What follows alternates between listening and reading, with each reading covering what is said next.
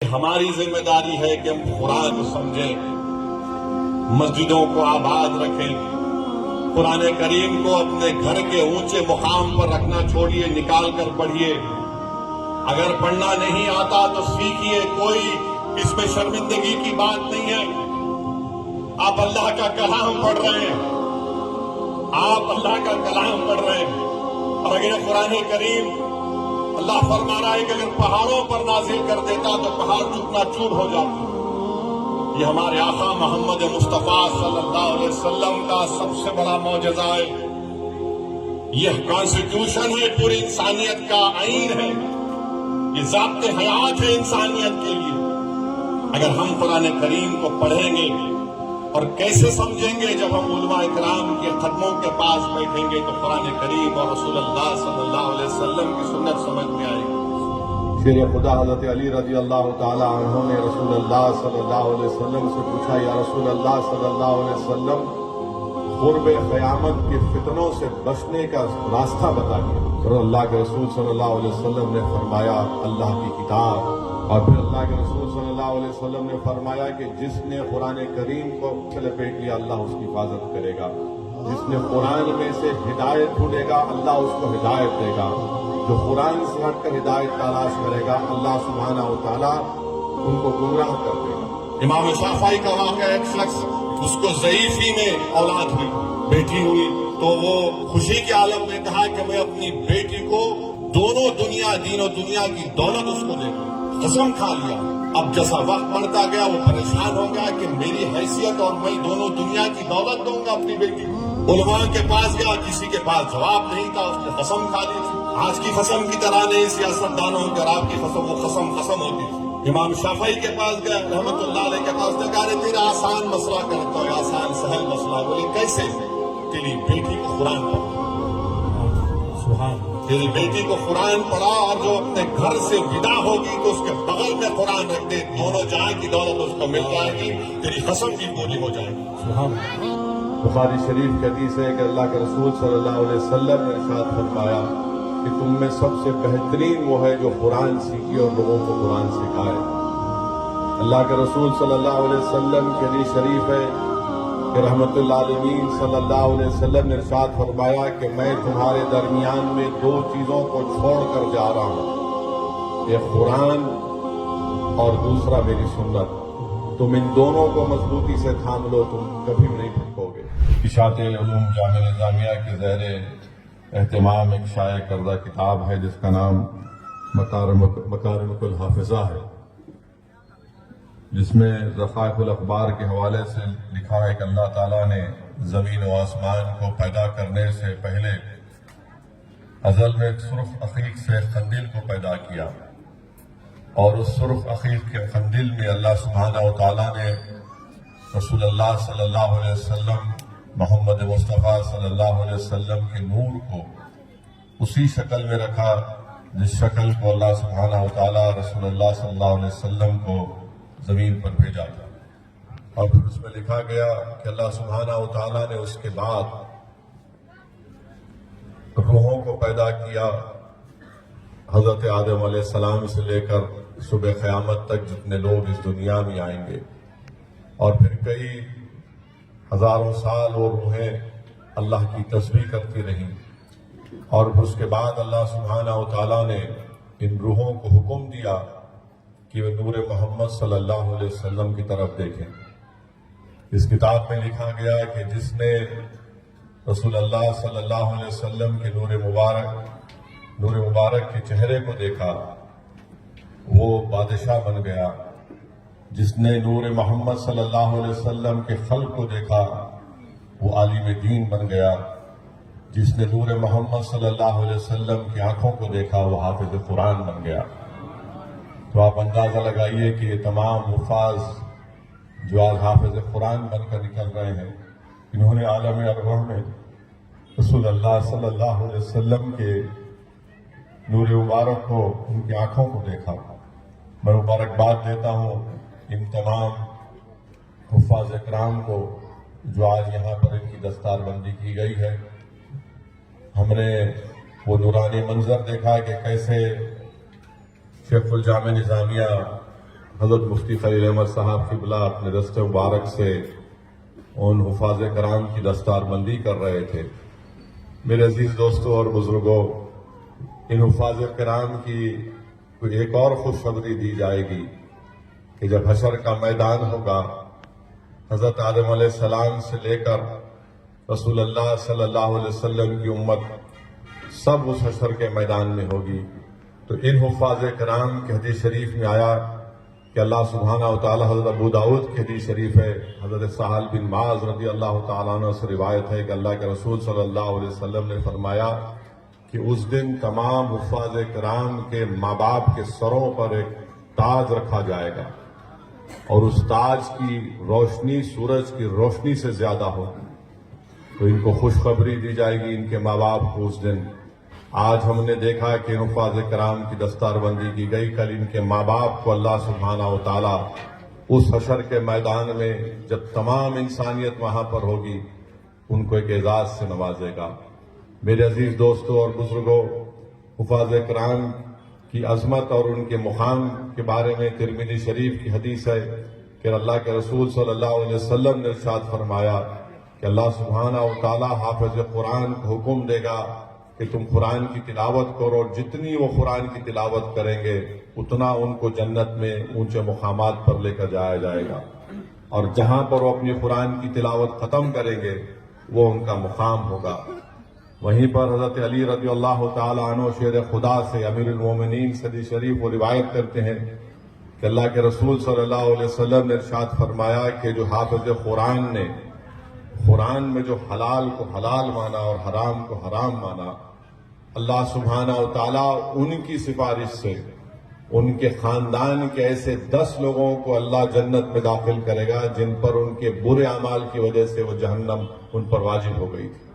تو میرے عزیز دوستوں اور بزرگوں، حدیث شریف میں آیا کہ قرآن کریم میں ایک ایسا سورہ ہے جو اللہ سبحانہ و تعالیٰ سے سفارش کرے گا کہ یا اللہ یہ شخص دنیا میں مجھے بہت زیادہ کثرت سے سورہ پڑھتا، سورہ ملک ہے، اور اللہ سے وہ کہے گا یا اللہ تو اس میرے پڑھنے والے کو تو جنت میں داخل کر دے، اور اگر تو نہیں کرے گا تو تو مجھے اب قرآن سے نکال دے۔ میرے عزیز دوستوں اور بزرگوں، یہ حدیث شریف ہم کو بتا رہی ہے کہ قرآن شریف ہم مسلمانوں کے لیے بلکہ پوری انسانیت کے لیے بہت بڑی نعمت ہے۔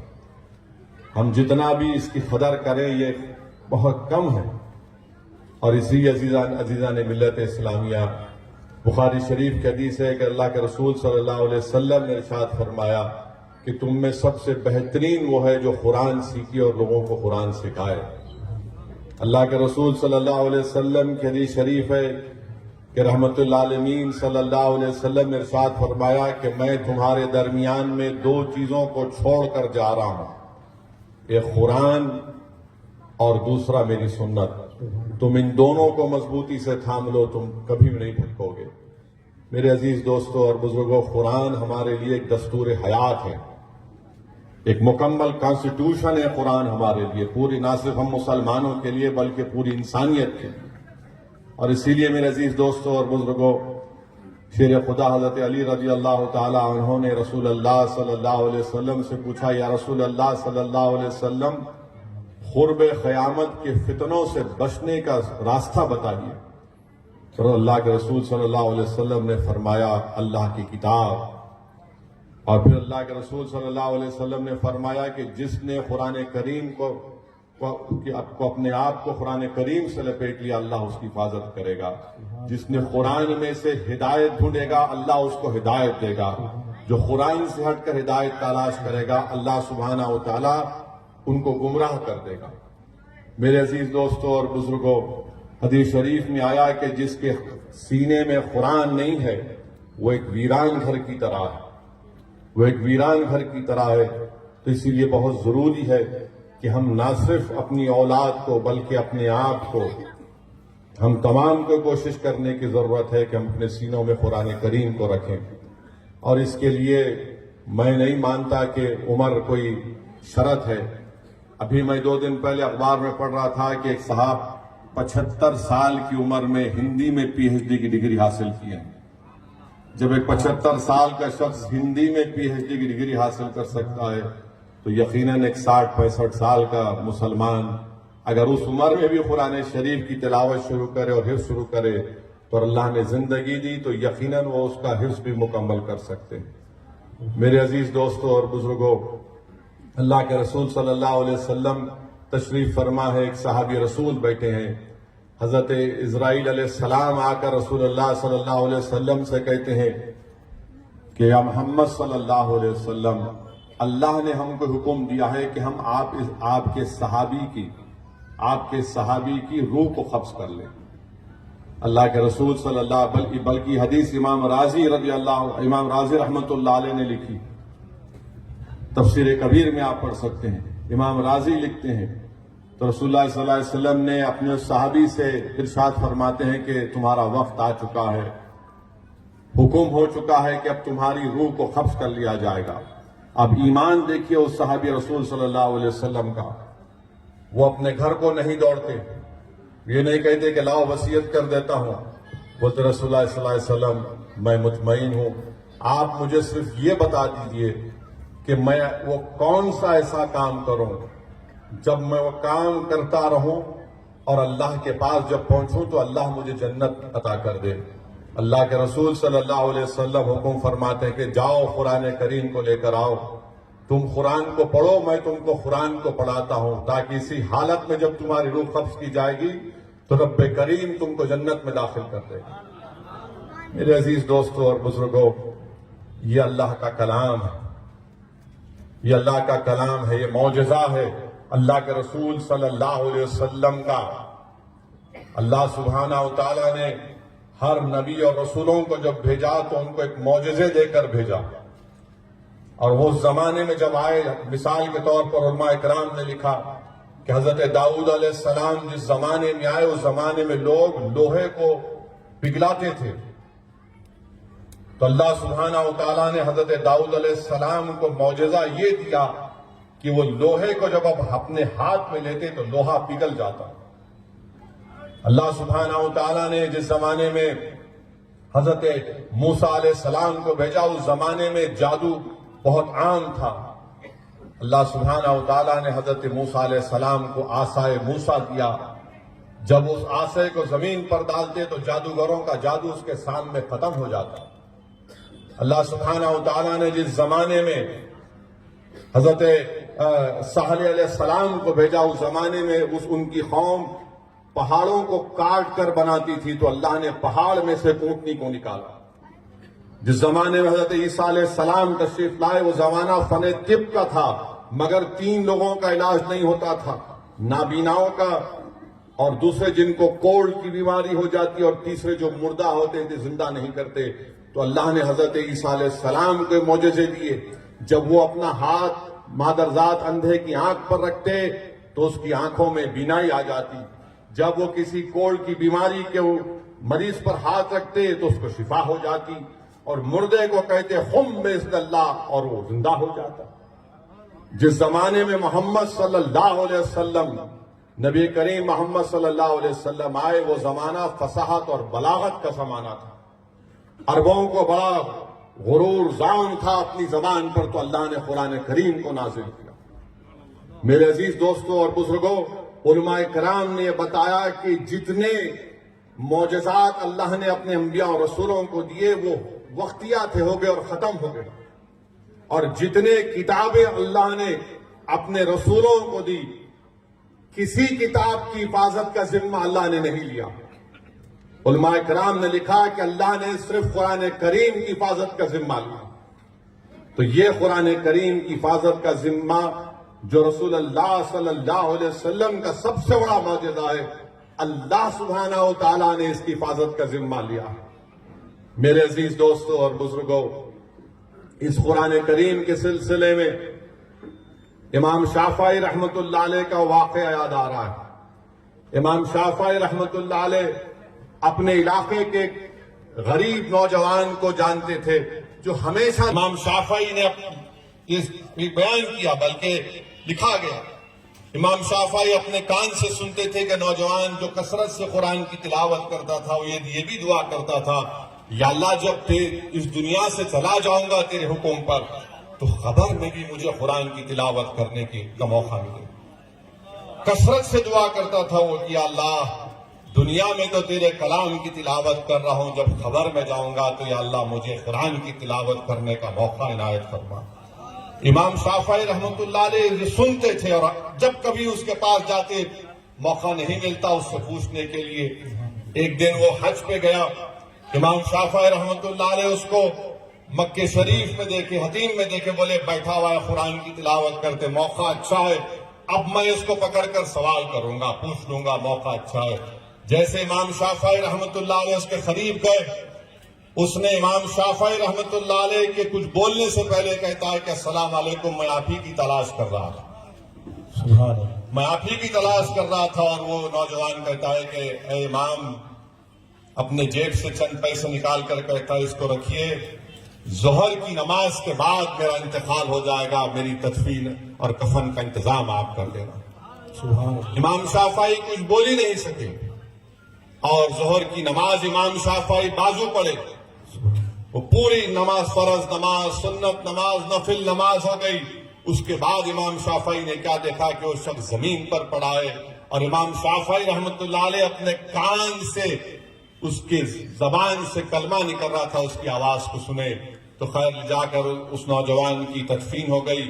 کئی سالوں کے بعد پھر امام شافعی مکے کو آئے، اور جنت المالا میں پھر ایک کسی صاحب کی تدفین تھی، وہاں پر امام شافعی رحمۃ اللہ علیہ گئے. اور امام شافعی کے دل میں ایک خیال تھا کہ آخر وہ قبر میں کیسے قرآن پڑھتا ہوگا. تو جو شخص جس کے تدفین میں امام شافعی رحمۃ اللہ علیہ آئے تھے، جب اس کی تدفین کو گئے تو لوگوں نے پکار کر کہا کہ جس جنازے کو ہم لے کر آئے اس قبر کی دیوار گر گئی اور بازو کی خبر کھل گئی. امام شافعی رحمۃ اللہ علیہ بولے کہ آپ امام ہیں، اب اس کا مسئلہ آپ بتائیے.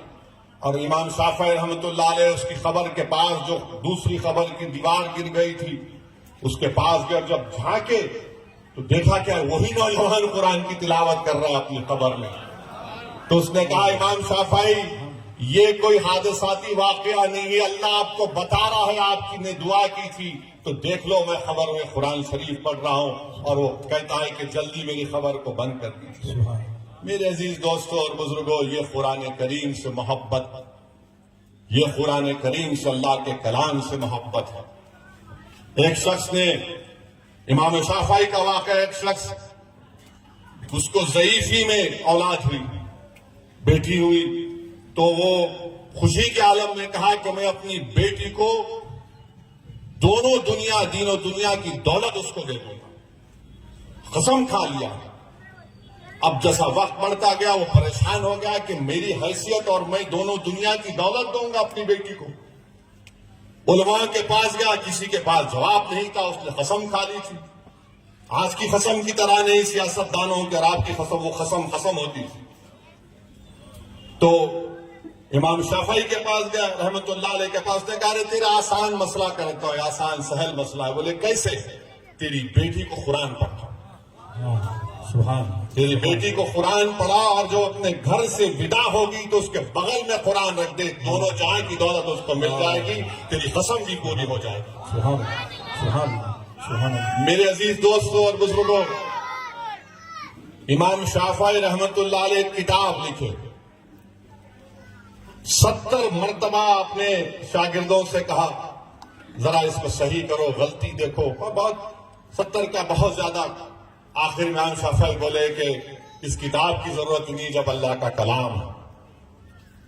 جنید بغدادی، صوفیاء اکرام میں ان کا بہت بڑا مقام جنید بغدادی کا، جنہوں نے یہ بتایا دنیا کو کہ صوفی کون ہے. جنید بغدادی نے کہا تھا کہ صوفی وہی ہے جو دنیا میں مر گیا اور صرف اللہ کے لیے زندہ.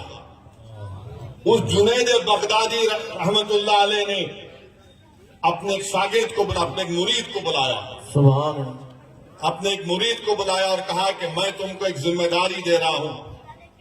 یہ ایک بکسا ہے، اس کو لے جا کر دریائے دجلہ میں اس کو بہا دینا اور کھول کر نہیں دیکھنا اس کو. تو ان کا مرید گیا، جیسا اس کو پانی میں چھوڑا تو پانی راستہ کھول دیا اور وہ آرام سے بکسا گیا اور پانی کے نیچے چلا گیا. وہ پریشان ہو گیا کہ طوفان ہے, موجیں اٹھ رہی ہیں اور پانی راستہ دے رہا ہے اس ڈبے کے لیے.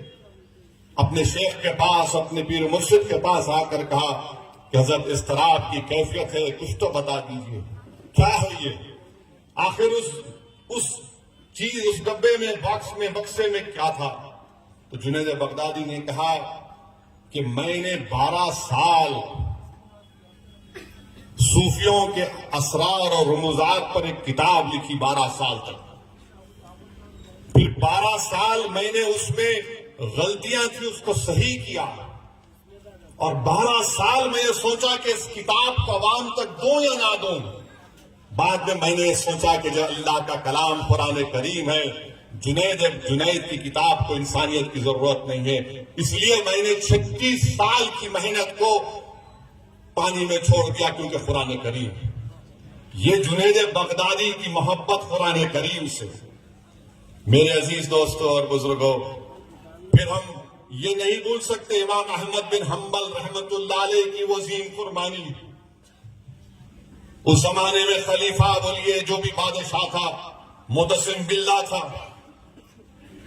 متزلائد ایک طبقہ ابھرا تھا اس زمانے میں, فطرہ تھا, جو یہ کہتے تھے کہ قرآن اللہ کا کلام نہیں ہے, مخلوق ہے.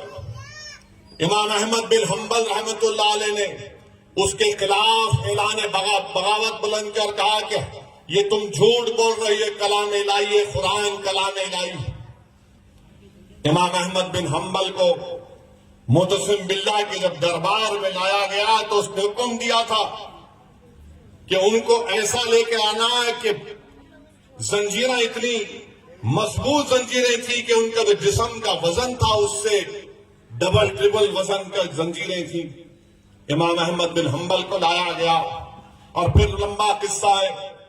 امام احمد بن حنبل کو متسم باللہ نے کہا کہ ان کو کھڑا کرو اور کوڑے مارو, ان کو کھڑا کرو اور کوڑے مارو. اور جب کوڑے مارنے والے آئے تو اس نے کوڑا مارا تو متسم باللہ بولا کہ تیرے ہاتھ ٹوٹ جائیں, جم کے مار. اور جب پہلا کوڑا امام احمد بن حنبل کو مارا تو امام احمد بن حنبل کی زبان سے کیا نکلا؟ بسم اللہ الرحمن الرحیم. بسم اللہ الرحمن الرحیم امام احمد بن حنبل کی زبان سے نکلا. جب دوسرا کوڑا مارا گیا امام احمد بن حنبل کی زبان سے نکلا ولا حول ولا قوت الا باللہ العظیم. جب تیسری مرتبہ مارا گیا تو امام احمد بن حنبل نے بہت ظالم متسم باللہ کے سامنے کہا کہ اللہ کا کلام ہے قرآن. جب چوتھی مرتبہ کوڑا مارا گیا تو امام احمد بن حنبل نے قرآن کریم کی اس آیات کا ترجمہ کیا کہ بتا دو ان لوگوں کو کہ جو تکلیف ہم کو پہنچتی ہے وہ اللہ کا فیصلہ ہے. وہ پریشان ہو گیا متسم باللہ. اور جب امام احمد بن حنبل کو مارا جا رہا تھا تو مارنے سے پہلے ایک ڈاکو تھا, ابو لبیب, کچھ نام یاد نہیں, اور اللہ اگر معاف کر دیجئے مگر میں غلط کہہ رہا ہوں. تو اس نے امام احمد بن حنبل کے کرتے کو کھینچا اور کہا کہ امام احمد بن حنبل, میں وقت کا بہت بڑا مشہور ڈاکو ہوں, میں شیطان کی پیروی کرتا ہوں اور مجھے 18,000 مرتبہ کوڑے مارے گئے مگر میں پھر بھی چوری اور ڈاکہ زنی کرتا ہوں. آپ حق کے لیے آئے ہیں, آپ حق کی کامیابی کے لیے آئے ہیں, آپ اللہ کے کلام کے لیے آئے ہیں. امام احمد بن حنبل صبر کا دامن نہیں چھوڑنا. اور وہ جیسا بولا امام احمد بن حنبل کے حوصلے اور بڑھ گئے. اور جب امام احمد بن حنبل پر کوڑے برسائے جا رہے تھے تو ان کے پیجامے کا نعرہ ٹوٹ گیا. امام احمد بن حنبل اللہ سے دعا کیے, پروردگار مجھے برہنہ ہونے سے بچا لے, مجھے برہنہ ہونے سے بچا لے. سوچو آپ کہ کتنی حیا کا خیال تھا ہمارے امام احمد بن حنبل کو. اور تم دیکھو نوجوانوں, تمہارا کیا حال, ہمارا کیا حال. اور امام احمد بن حنبل کامیاب ہو گئے تو امام احمد بن حنبل اس ڈاکو کے لیے دعا کرتے تھے کہ اللہ اس پر رحم فرما دے, اس پر رحم فرما دے. میرے عزیز دوستوں اور بزرگوں, ہمارے علماء, ہمارے امام کیسے تھے؟ امام محمد امام اعظم ابو حنیفہ کے شاگرد جب ان کا جنازہ نکلا تو ایک یہودی دوڑتے یہاں کہ مجھے کھندا دینا ہے امام محمد کے جنازے کا، اور جیسا اس نے امام محمد رضی اللہ تعالیٰ عنہ کے جنازے کو کھندا دیا، اس کی زبان سے بے ساختہ نکلا اشہد ان لا الہ الا اللہ و اشہد ان محمد رسول اللہ۔ میرے عزیز دوستوں اور بزرگوں، دیکھو ہمارے امام کیسے تھے کہ ان کی لاش بھی ہے تو ان کے یہودی کی زبان سے کلمہ نکل رہا ہے، جنازہ جا رہا ہے تو لوگ اسلام کو قبول کر رہے ہیں۔ یہ ان کی زندگی کی پاکیزگی تھی، یہ ان کی زندگی کی پاکیزگی تھی۔ اور کیا تھا؟ اور اللہ کے رسول صلی اللہ علیہ وسلم سے بے انتہا محبت، اللہ کے رسول صلی اللہ علیہ وسلم سے بے انتہا محبت۔ تو میرے عزیز دوستوں اور بزرگوں، یہ ہماری ذمہ داری ہے کہ ہم قرآن کو سمجھیں، مسجدوں کو آباد رکھیں، قرآن کریم کو اپنے گھر کے اونچے مقام پر رکھنا چھوڑیے، نکال کر پڑھیے۔ اگر پڑھنا نہیں آتا تو سیکھیے، کوئی اس میں شرمندگی کی بات نہیں ہے۔ آپ اللہ کا کلام پڑھ رہے ہیں، آپ اللہ کا کلام پڑھ رہے ہیں، اور اگر قرآن کریم اللہ فرما رہا ہے کہ اگر پہاڑوں پر نازل کر دیتا تو پہاڑ چکنا چور ہو جاتا۔ یہ ہمارے آقا محمد مصطفیٰ صلی اللہ علیہ وسلم کا سب سے بڑا معجزہ ہے، یہ کانسٹیٹیوشن ہے، پوری انسانیت کا آئین ہے، یہ ضابط حیات ہے انسانیت کے لیے۔ اگر ہم قرآن کریم کو پڑھیں گے اور کیسے سمجھیں گے؟ جب ہم علماء اکرام کے ختموں کے پاس بیٹھیں گے تو قرآن کریم اور رسول اللہ صلی اللہ علیہ وسلم کی سنت سمجھ میں آئے گی۔ مگر آج کل ہر آدمی فون پر، گوگل پر پڑھ کر اپنے آپ کو حضرت گوگل کا شاگرد بنا کر انسانیت کو بھٹکانے کی کوشش کر رہا ہے۔ ایسے انٹرنیٹ کے مولاناؤں سے دور رہیے، مدرسے کے مولاناؤں کے پاس جائیے۔ جو مدرسے کے مولانا ہے، انٹرنیٹ کا مولانا جو ہے وہ خالی برتن بہت پکارتا نا، وہی حال ہے ان کا۔ تو علماؤں کے قدموں میں بیٹھیے، قرآن کو سمجھیے، قرآن کو پڑھیے، اور پھر اس کا فائدہ بھی ہوگا، دین دنیا میں اس کا فائدہ ہوگا۔ میرے عزیز دوستوں اور بزرگوں، فاروق اعظم کا وہ مشہور واقعہ کہ فاروق اعظم نے جب قرآن کی آیات پڑھی کہ سب کے اعمال کا حساب کیا جائے گا تو بے ہوش ہو گئے فاروق اعظم۔ فاروق اعظم کا مشہور واقعہ کہ راستے میں ہے اور کسی گھر سے ایک آواز آئی کہ اللہ کا عذاب سب پر پہنچے گا، تو کئی مہینوں تک فاروق اعظم بیمار رہے۔ لوگوں کو وجہ معلوم نہیں تھی کیوں بیمار پڑ گئے، کیا وجہ ہے بیمار پڑنے کی۔ یہ ان کی قرآن کریم سے محبت تھی۔